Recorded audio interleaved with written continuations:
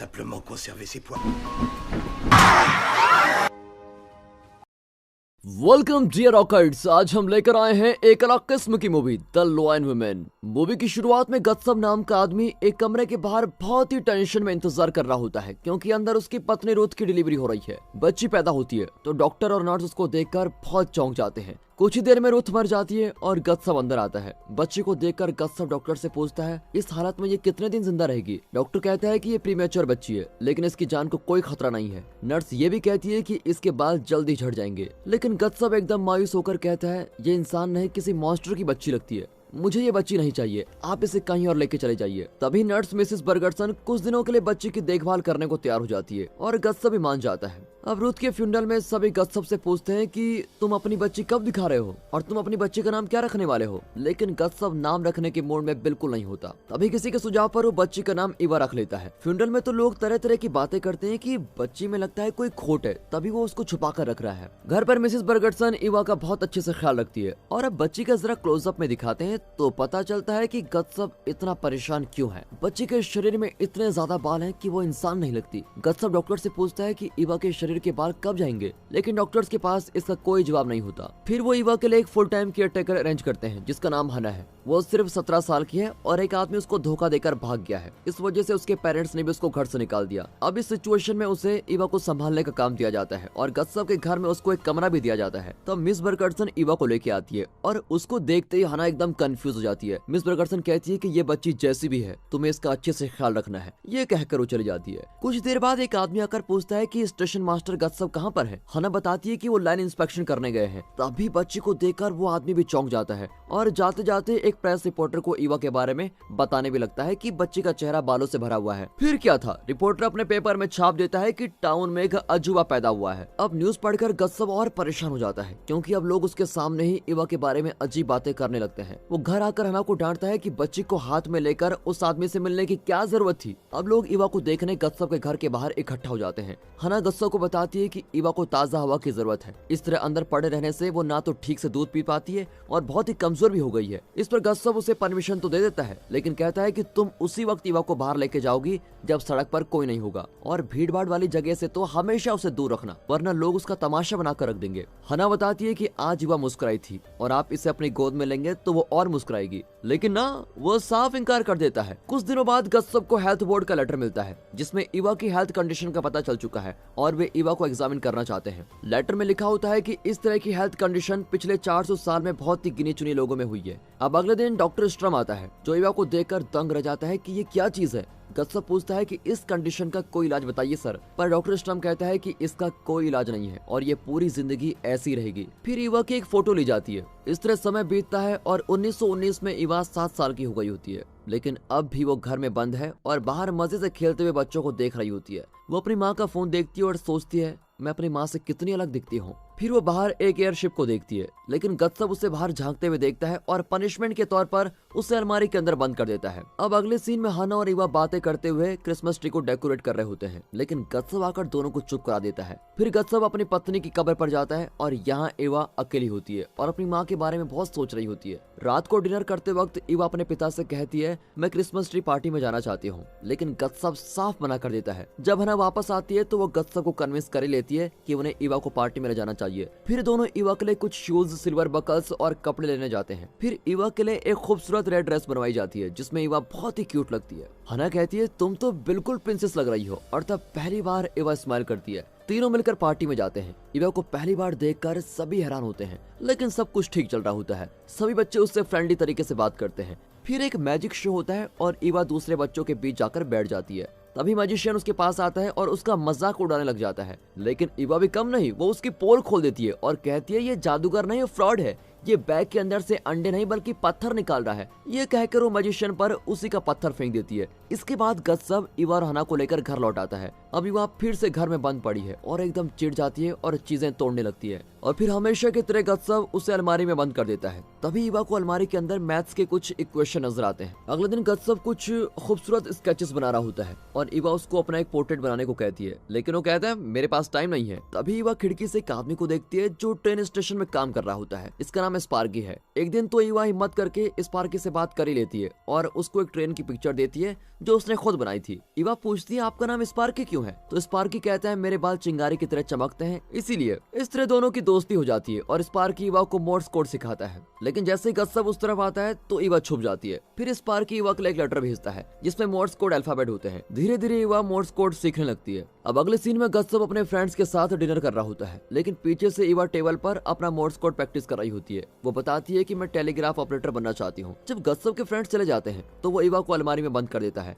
अब इस बात से हना बहुत ही गुस्सा हो जाती है और गत्सब से बहस करती है कि इस तरह बच्ची को अलमारी में बंद करते रहने से क्या मतलब? वो इंसान है न कि कोई खिलौना जिसे जब चाहे तुम अलमारी में बंद कर दो। क्या उसकी फीलिंग्स की आपको कोई फिक्र नहीं है? उसे बाहर आने दीजिए वरना मैं यहाँ से चली जाऊंगी। पर गत्सब तो अपनी जिद पर अड़ा ही रहता है। अब तंग आकर हना अपनी चीजें पैक करके वहाँ से चली जाती है। अब गत्सब को ईवा की देखभाल खुद ही करनी पड़ती है। ईवा हना के बारे में पूछती है लेकिन गत्सब उसको इग्नोर ही कर देता है। एक बार तो गत्सब ईवा को बाल शेव करते हुए देख लेता है और उसको डांटता है। वो रियलाइज करता है कि ईवा को वो हैंडल नहीं कर सकता। फिर कोई और रास्ता न पाकर वो हना को दोबारा वापस बुलाता है और प्रॉमिस करता है कि तुम यहाँ पर रहो और तुम जो कहोगी मैं वैसा ही करूंगा। मैं ईवा को बाहर जाने के लिए भी हाँ कर दूंगा। इसके बाद ईवा टेलीग्राफ ऑपरेटर बनने की ट्रेनिंग लेती है और स्पार्की ईवा को टेलीग्राफ के जरिए मैसेजेस भेजता है और बाहर से उसे सैल्यूट भी करता है। उनकी अच्छी बॉन्डिंग हो चुकी होती है। ईवा उसे मैसेज करके पूछती है मेरे पिता मुझे स्कूल नहीं भेज रहे हैं, क्या ये लीगल है? लेकिन गत्सब वो मैसेज देख लेता है और हना भी कहती है कि आप ईवा को स्कूल जाने दीजिए। गत्सब ना नहीं कर पाता और इस तरह ईवा पहली बार स्कूल जाती है। लेकिन गत्सब ईवा और हना से मुंह छुपाकर न्यूज़पेपर पढ़ने लगता है। ईवा सचमुच लकी है कि उसे हना जैसी केयरटेकर मिली। स्कूल में दिखाते हैं तो बच्चे अल्फाबेट सीखते हैं, लेकिन ईवा को अलग बिठाया जाता है। बच्चे उसका मजाक उड़ाते हैं और कुछ शैतान तो बेचारी के बाल भी उखाड़ लेते हैं। लेकिन घर पर ईवा गत्सब को बताती है कि स्कूल में सब कुछ ठीक रहा। फिर 1926 में ईवा को दिखाते हैं जो अभी भी अकेली है और घर के अंदर बंद रहती है। उसने स्कूल जाना बंद कर दिया है और अकेली बैठकर वो किताबें पढ़ती रहती है। गत्सब को ईवा की टीचर का एक लेटर मिलता है कि ईवा कई दिन से स्कूल नहीं आई और जब गत्सब ईवा से पूछता है तो वो ठीक से जवाब नहीं दे पाती। फिर वो बताता है कि डॉक्टर स्ट्रम का एक लेटर आया है जिसमें लिखा है कि कोपेनहेगन में एक कॉन्फ्रेंस होने वाली है जहां दुनिया भर से साइंटिस्ट और डॉक्टर आएंगे। वहां ईवा को इनवाइट किया गया है ताकि वे इसको एग्जामिन करके ठीक कर सके। ये सुनकर ईवा बहुत ही खुश होती है। फिर ईवा और गत्सब उस कॉन्फ्रेंस के लिए निकल पड़ते हैं। ट्रेन में बाप बेटी के बीच का तनाव जरा कम हो जाता है और दोनों अपने दिल की बातें शेयर करते हैं। कोपेनहेगन पहुंचकर वे एक बड़े होटल में चेक इन करते हैं और दोनों बड़े खुश नजर आते हैं। लेकिन कॉन्फ्रेंस में गत्सब को अलाउ ही नहीं किया जाता। वहाँ रिपोर्टर्स लगातार ईवा की फोटोज खींचने लगते हैं। वो बहुत ही अजीब फील करती है कि ये क्या बदतमीजी कर रहे हैं। लगता है ये कोई हॉस्पिटल है। वहाँ ईवा एक अजीब दिखने वाले आदमी से मिलती है जिसकी आवाज कुछ ज्यादा ही मीठी होती है। उसका नाम एंड्री है और वो ईवा को अपने कमरे में इनवाइट करता है। वो ईवा से कहता है तुम हमारा ट्रैवलिंग ग्रुप ज्वाइन कर लो। फिर वो ईवा को ड्रिंक ऑफर करता है, पर अचानक ईवा को उल्टी आ जाती है और वो अपने कमरे में आकर सोई जाती है। लेकिन कुछ देर बाद कॉरिडोर में किसी की आहट सुनाई देती है। अगले सीन में जो दिखाते हैं उससे लगता है कि ये कॉन्फ्रेंस नहीं बल्कि कुछ और ही होने वाला है। ईवा को एक स्टेज पर खड़ा किया जाता है और एक आदमी तो लकड़ी से ईवा के शरीर को घोंपता है जैसे कि वो इंसान नहीं कोई जानवर हो। और ऑडियंस में बैठे हुए अजीब आदमी इस शर्मनाक हरकत को तमाशे की तरह देख रहे होते हैं। ये लोग किसी भी एंगल से साइंटिस्ट और डॉक्टर नहीं लगते। जैसा कि काफी नहीं था, वे ऊपर आकर उसके शरीर से बाल के सैंपल काटने लगते हैं। अब ईवा इनकी अजीब और अश्लील हरकतें सह नहीं पाती और बेहोशी हो जाती है। जब गत्सब को इन्फॉर्म किया जाता है तो वो इनको ताना मारकर ईवा को वहां से लेके जाता है। लेकिन ईवा गत्सब से एक शब्द भी नहीं कह पाती कि कॉन्फ्रेंस के नाम पर उसके साथ क्या किया गया। अपने टाउन में लौटने पर वो किसी से बात नहीं करती और सीधे अपने कमरे में जाती है। वो बर्दाश्त की हद पार कर चुकी होती है और अब उससे अपनी माँ पर बहुत गुस्सा आता है कि मुझे पैदा ही क्यों किया। इसके बाद वो स्कूल जाना एकदम बंद कर देती है। अगले सीन में झील के पास वो एक लड़के से मिलती है जो उससे बहुत अच्छे से व्यवहार करता है, जो झील में कूदकर स्विम करने लगता है और ईवा को भी बुलाता है। वो भी कूद पड़ती है लेकिन वो स्विमिंग नहीं कर पाती। वो लड़का उसको बाहर लेके आता है और कहता है अगर स्विमिंग नहीं जानती थी तो पानी में क्यों कूद गई, फिर भी तुम्हारी हिम्मत की दाद देनी पड़ेगी। दूसरी ओर गत्सब स्पार्की पर झूठा इल्जाम लगाता है कि उसने ऑफिस में रखे हुए कुछ पैसे चुराए हैं। स्पार्की गुस्से में कहता है कि पैसे तो मैंने नहीं चुराए, लेकिन मैं जानता हूँ आप ये नाटक इसलिए कर रहे हैं ताकि मैं ईवा से कभी ना मिलूं। मैं ईवा को पढ़ाना चाहता हूँ, लेकिन आप उसकी लाइफ बिगाड़ने पे तुले हुए हैं, तो मैं क्या कर सकता हूँ। वहाँ ईवा अपने नए दोस्त के साथ बातें करने लगती है तो पता चलता है कि ईवा गणित बहुत अच्छा कर लेती है। वो लड़का उसको सहलाता है और ईवा भी उसको सहलाती है, लेकिन अचानक ईवा अजीब सा फील करती है और तुरंत वहाँ से चली जाती है। फिर गत्सब अपनी बेटी को एक हेल्थ रिजॉर्ट में लेके जाता है और दोनों एक साथ अच्छा वक्त गुजारते हैं। तभी दूर एक औरत बहुत ही खूबसूरत पेंटिंग्स बना रही होती है। कुछ देर बाद ईवा अकेले पानी में जाती है और उस औरत से मिलती है। हैरानी की बात तो यह है कि उसका नाम भी ईवा है। दोनों आपस में घुल मिल जाती हैं और अपनी कई बातें शेयर भी करती हैं। उस औरत के साथ मिलकर ईवा का दिल बहुत हल्का हो जाता है और फिर वो गत्सब के साथ घर लौट आती है। बाद में उसका नया दोस्त जो झील के पास मिला था वो किसी और लड़की के साथ होता है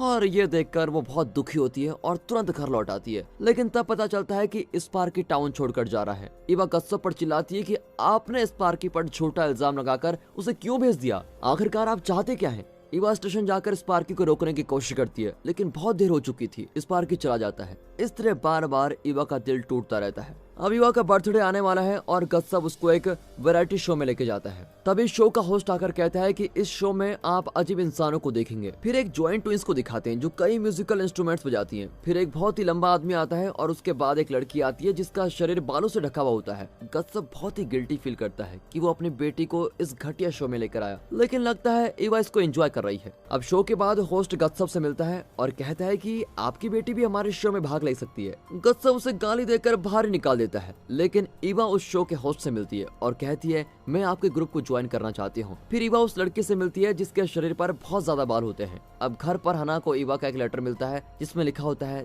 थैंक यू। हना ईवा को ढूंढती है, लेकिन वो वैरायटी शो ग्रुप के साथ निकल चुकी थी। हना दुखी होकर गत्सब को खबर करती है, पर वहाँ ईवा अपने नए साथियों के साथ बहुत ही खुश नजर आती है और उससे नई नई जगहों पर जाकर परफॉर्म करने का मौका भी मिल रहा होता है। इतना ही नहीं, वो अच्छा कमा भी लेती है, पर उसे ये पसंद नहीं होता कि लोग उसे एक अजीब चीज की तरह देखते हैं। और फिर कुछ समय बाद वो इस ग्रुप को छोड़ने का फैसला करती है और अपने कमाई से वो मैथ्स पढ़ने लगती है। साल 1936 में दिखाते हैं कि ईवा पेरिस की एक यूनिवर्सिटी में मैथ्स की प्रोफेसर है। गत्सब ने कभी सोचा भी नहीं होगा कि उसकी बेटी लाइफ में इतना आगे बढ़ेगी। वो बहुत ही बढ़िया फ्रेंच भी बोल लेती है और दुनिया भर के मैथमेटिशियन की कॉन्फ्रेंस में एक शानदार स्पीच देती है। और फिर काफी समय बाद वो वापस अपने टाउन में लौटती है तो हना उसको गले लगा लेती है और कहती है तुम पहले की तरह अभी भी बहुत खूबसूरत लग रही हो, लेकिन बदकिस्मती से तुम्हारे पिता तुम्हें तरक्की करते हुए नहीं देख पाए। दरअसल गत्सब मर चुका है और ईवा उसका फ्यूनरल अटेंड करने आई होती है। फ्यूनरल के बाद ईवा हना को अलविदा कहकर वापस पेरिस के लिए निकलती है। ट्रेन में वो एक फाइल खोलती है जो हना ने उसको दी थी और कहा होता है कि तुम्हारे पापा ये फाइल तुमको देना चाहते थे। उसमें ईवा का एक पोर्ट्रेट और कुछ पिक्चर्स होते हैं जो गत्सब ने बनाए थे। आखिर में ईवा की माँ का एक स्केच होता है जिसमें वो ईवा को हाथ में लिए स्माइल कर रही है। अपने पिता का गिफ्ट देखकर ईवा की आंखें भर आती है। और दोस्तों, इसी के साथ ये मूवी यहाँ पर खत्म होती है। दोस्तों, अगर आपको ये मूवी पसंद आई हो तो इस वीडियो को अपनी फैमिली एंड फ्रेंड सर्कल में